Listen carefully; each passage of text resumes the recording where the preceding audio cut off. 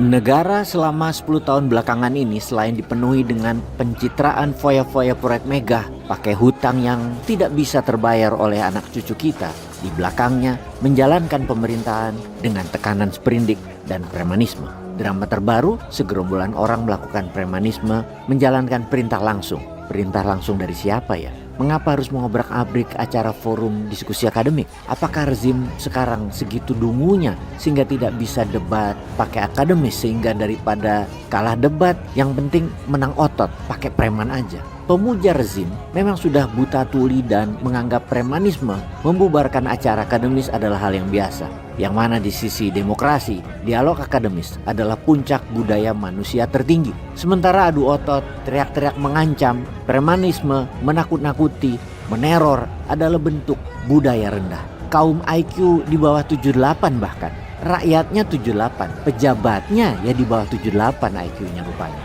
Kita banyak yang menyaksikan beredar video orang yang mirip seseorang yang berstatus tersangka dalam kasus penyerbuan gerombolan acara FTA atau Forum Tanah Air di Grand Hotel Kemang 28 September 2024 kemarin. Dalam video itu dia terlihat berada dalam kegiatan Partai Golkar. Kehadiran dalam rapat pengurus pleno DPP Partai Golkar pada 13 Agustus 2024 tersebut menimbulkan pertanyaan serius. Apakah orang tersebut? Apakah kedudukannya dalam organ DPP Partai Golkar? Perlunya klarifikasi karena orang yang mirip itu terlihat membawa pengeras suara dan menjadi korlap saat penyerbuan brutal kemarin.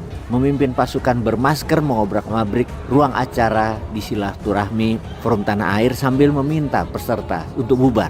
Tapi kita semua tahu para tokoh tadi tidak takut. Mereka tidak menggubris permintaan gerombolan itu untuk membubarkan diri. Mereka terus melakukan konferensi pers, mengobrol santai dan makan siang. Sementara gerombolan pelaku teror setelah mengobrak-abrik nampak secara emosional mencederai salah seorang petugas security hotel. Lalu gerombolan tersebut keluar dan memberikan peringatan kepada security hotel agar tidak ada konflik fisik karena aksi itu ada perintah langsung.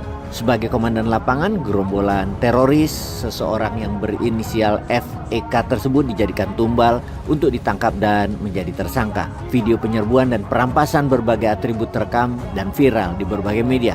Sebelumnya, di pagar keluar, ternyata FEK mencium tangan petugas kepolisian dan merangkul hangat dengan personil kepolisian yang berkata, "Sukses, sukses." Suasana tersebut membahagiakan mereka. Kondisi ini akhirnya berubah dan membuat pusing, khususnya setelah video pengerusakan brutal tersiar. Sulit untuk mendapatkan simpati kecuali kemarahan, rasa muak dari masyarakat terutama warganet. Kini si komandan gerombolan terekam pada acara DPP Partai Golkar. Penting untuk dijelaskan siapa FEK ini wahai Golkar. Apa benar ia sebagai preman bayaran juga di lingkungan Partai Golkar? Kapan bergabung dengan partai dan sebagai apa? Hal ini penting untuk mendapatkan klarifikasi agar nama baik Partai Golkar tetap terjaga. FEK kini menjadi pelaku dari suatu kejahatan politik sekaligus kriminal. Wajah FEK yang mendapat perintah langsung ada di mana-mana dikenal sebagai perusak demokrasi. Forum Tanah Air adalah organisasi diaspora warga negara Indonesia yang merupakan kumpulan aktivis penggiat kemanusiaan yang peduli dengan masa depan tanah air Indonesia. Partai Golkar bulan Agustus lalu sudah dipimpin Bahlil. Tentu kita semua tahu drama ini adalah rekayasa Raja Jawa, rekayasa Pak Jokowi, di mana kalau kita korelasikan keberadaan FEK di rapat Golkar menjadikan, adakah perintah langsung dimaksud adalah perintah dari Bahlil atau perintah Raja Jawa? Yang pasti dijawab, "Lo ndak tahu, kok tanya saya?" Nah, kini semua jadi serba mungkin. Kepolisian tidak perlu nanti menyatakan gerombolan teror ini yang merusak ini pelaku persekusi Forum Tanah Air di Kemang itu dilakukan atas inisiatif sendiri, karena itu nggak bisa diterima akal sehat kecuali pemuja rezim yang percaya hal itu. Dan hal itu semua bertentangan dengan fakta di lapangan yang disaksikan banyak orang.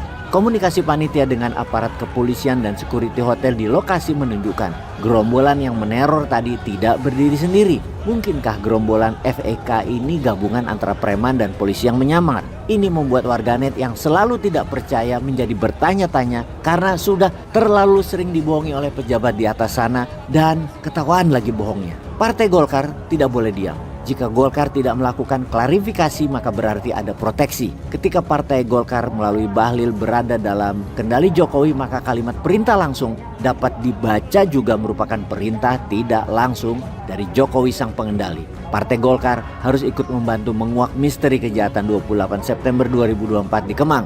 Kejahatan yang melengkapi gelapnya karir di akhir masa jabatan. Peace. Game over. Game over.